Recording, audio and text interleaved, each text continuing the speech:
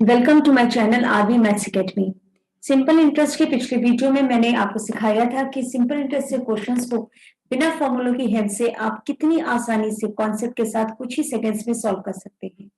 आज इस वीडियो में मैंने सिंपल इंटरेस्ट से कुछ और क्वेश्चंस लिए हैं, उनको भी मैंने बिना फॉर्मूलों की हेल्प से कॉन्सेप्ट के साथ बहुत ही आसानी से आपको समझाया है। तो डेफिनेटली ये वीडियो भी आपको बहुत पसंद आएगा और आपके लिए बहुत हेल्पफुल रहेगा। सिंपल इंटरेस्ट का अगर आपने मेरा पिछला वीडियो नहीं देखा है तो उसका लिंक नीचे डिस्क्रिप्शन बॉक्स में दिया है, वहां जाकर इस वीडियो को देख सकते हैं।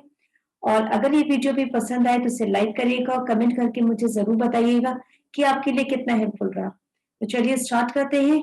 स्किप नहीं करिएगा क्योंकि सारे ही क्वेश्चंस बहुत इंपॉर्टेंट हैं। सबसे पहले क्वेश्चन आता है, Reema took up loan of ₹1200 with simple interest for as many year as the rate of interest. Reema ने कितने रुपए का लोन लिया है? ₹1200 का। तो ये क्या हो गया? Principal. For as many year as the rate of interest, मतलब जो नंबर ऑफ ईयर्स है और जो रेट ऑफ इंटरेस्ट है वो क्या है? इक्वल। तो हम मान लेते हैं कि नंबर ऑफ ईयर्स x है तो रेट ऑफ इंटरेस्ट कितना हो गया? x%। If she paid ₹432 as interest at the end of the loan period, यानी लोन पीरियड के एंड में वो कितना इंटरेस्ट उसे देना पड़ता है? 432 का। So what was the rate of interest? आपको क्या पता लगाना? रेट ऑफ इंटरेस्ट यानी कि आर पता लगाना है। आपने यहाँ कितना लिया है? एक्स। ठीक है, x%, यानी आपको ओवरऑल x की वैल्यू पता लगानी है।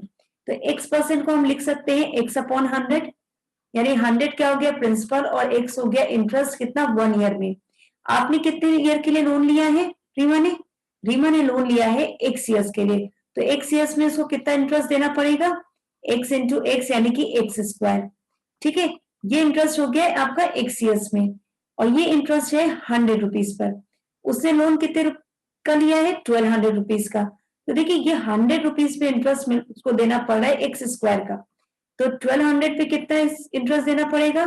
x²/100 इंटू 1200, यानी कि आपको आया कितना? 12x²। आपको क्वेश्चन में दिया है कि उसको ईयर के एंड में कितना इंटरेस्ट देना पड़ रहा है? उसको इंटरेस्ट देना पड़ रहा है 432 का, यानी ये 12x² जो है वो किसके इक्वल है? 432 को। तो x² कितना हो गया? 432/12। 6 2 12, 6 7 42, 6 2 12, 2 36, यानी x² का वैल्यू हो गया 36। तो x क्या हो गया? 6। और आपका रेट क्या है? x%। x कितना है? 6, यानी रेट कितना हो गया? 6%। अब एक और क्वेश्चन देखते हैं। The simple interest on a certain sum of money at the rate of 5% per annum for 8 years is ₹840। पहले केवल हम इतना पढ़ेंगे और इसको इतना हम देखकर देखते हैं कि इसका मतलब क्या होता है। ठीक है, तो आपके पास प्रिंसिपल नहीं दिए हैं, प्रिंसिपल हम p मान लेते हैं। कितने rate of interest? 5% per annum के रेट ऑफ इंटरेस्ट से 8 ईयर्स में। 8 ईयर्स में कितना इंटरेस्ट होता है? ₹840 का। ठीक है, तो पहले आप देखिए 5% मतलब होता है 5/100, यानी कि ₹100 के प्रिंसिपल पे इंटरेस्ट कितना है? ₹5 का। ये 1 ईयर का इंटरेस्ट है और आपने कितने उसके लिए देखा है यहाँ पर? 8 ईयर्स में। आपको कैलकुलेट करना है 8 ईयर्स पे इंटरेस्ट। तो 8 ईयर्स में कितना हो जाएगा इंटरेस्ट? ₹40। ये ₹40 जो इंटरेस्ट है ये ₹100 पर है। ठीक है, तो ₹100 में कितना जा रहा है इंटरेस्ट? ₹40 का। अब आपसे पूछा eight what rate of interest, यानी कि दोबारा आपसे पूछा है कि किस रेट ऑफ इंटरेस्ट है। मान लीजिए एक्स रेट ऑफ इंटरेस्ट आपको फाइंड आउट करना है। So at what rate of interest the same amount of interest can be received on the same sum after 5 years. वो कह रहे हैं कि सेम अमाउंट इंटरेस्ट का हमें मिलता है सेम सम पर 5 ईयर्स में। तो बताओ रेट ऑफ इंटरेस्ट कितना होगा? तो ठीक है, x% यहाँ पर हमने कितने ईयर्स के लिए लिया है? 5 ईयर्स के लिए। तो देखिए x% को हम क्या लिख सकते हैं? x/100। तो यहाँ भी प्रिंसिपल है, ये भी इंटरेस्ट है 1 ईयर के लिए। 5 ईयर्स की बात करें तो 5 ईयर्स में कितना इंटरेस्ट हो जाएगा? 5x। आपसे कहा है same amount of interest and same sum. तो देखिए सेम सम है, दोनों 100 पे कैलकुलेट हो रहे हैं। सेम इंटरेस्ट है, इसका मतलब हम 5x को किसके इक्वल लिख देंगे? 40 के। तो x कितना आ गया? ₹8। 8, x कितना आ गया? 8। और इन रेट ऑफ इंटरेस्ट हमने कितना लिया है? x%। तो यानी x% मतलब 8%। तो आपके पास कितना रेट ऑफ इंटरेस्ट है? 8% का। अब आ गया, a man took a loan at rate of 12% per annum simple interest. एक आदमी ने लोन लिया है कितने रेट पर? 12% पर एनम के। Now after 3 years he had to pay 5400 interest. कितना इंटरेस्ट देना पड़ रहा है 5400 का। The principal amount borrowed by him was, आपको क्या पता लगाना है, प्रिंसिपल पता लगाना है।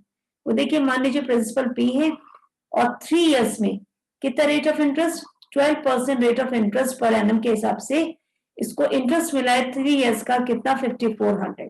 ये इंटरेस्ट है 3 इयर्स का। तो देखिए 12% मतलब हो गया 12/100, यानी 100 रुपीज पर 1 ईयर में कितना मिला है 12 रुपीज का। तो 3 इयर्स में कितना मिल जाएगा 36 रुपीज का इंटरेस्ट मिल जाएगा। ये इंटरेस्ट आपको मिल रहा है 100 रुपीज पर, ठीक है। और ये क्या है, इंटरेस्ट है 3 इयर्स का। तो देखिए 100 रुपीज में आपको इंटरेस्ट मिला है 3 इयर्स पे 36 का, और आपको क्या पता लगाना है, प्रिंसिपल अमाउंट। तो देखिए 36 जो इंटरेस्ट है आपका वो किसको रिप्रेजेंट करेगा, 5400 को। तो 100 यानी जो आपका प्रिंसिपल है वो 5400 अपॉन 36 इंटू 100। तो ये हो गया 4 9 36, 4 25, 9 600, ये हो गया आपके पास 15,000। तो देखिए कितनी आसानी से हमने प्रिंसिपल को फाइंड आउट कर लिया है।